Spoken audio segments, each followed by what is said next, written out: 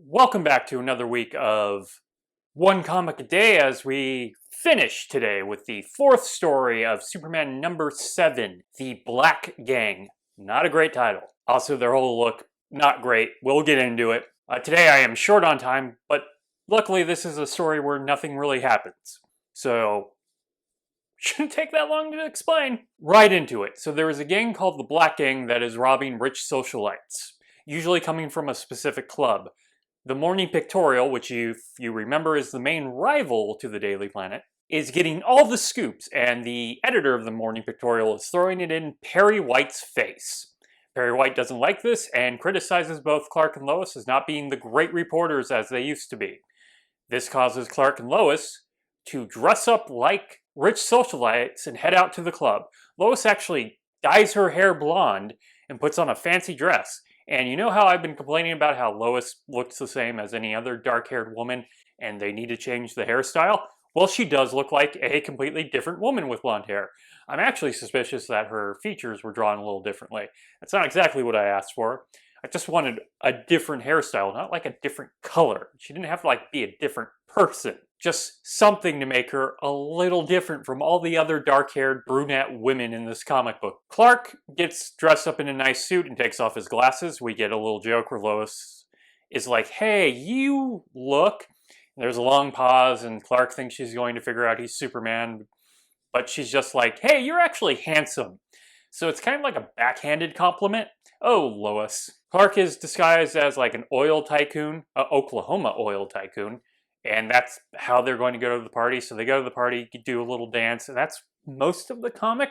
They're just kind of at this party where they meet Peter Peeker, slightly like Peter Parker, but he's 20 years away from being created. And eventually they meet a woman named Jane Day, who's a redhead, and a other rich socialite by the name of Frank Jordan. Frank Jordan sort of flirts with Lois while Jane Day is coming on really hard to Clark, who doesn't care because he only has eyes for Lois. Eventually, Jane Day makes Clark, or whatever his name is supposed to be here as the Oklahoma oil tycoon, to take her home. He's completely uninterested with her, and eventually they get pulled over by the Black Gang.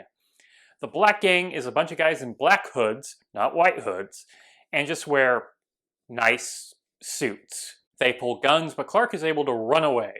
I mean, he just is able to get away from them, and then he's gone because he's Superman. You know, Superman, bright blue costume, red cape, Superman. Lois is stuck with Frank Jordan, who is also a member, and she gets taken because why else are you going to have Lois in this comic book unless she's going to be a damsel in distress?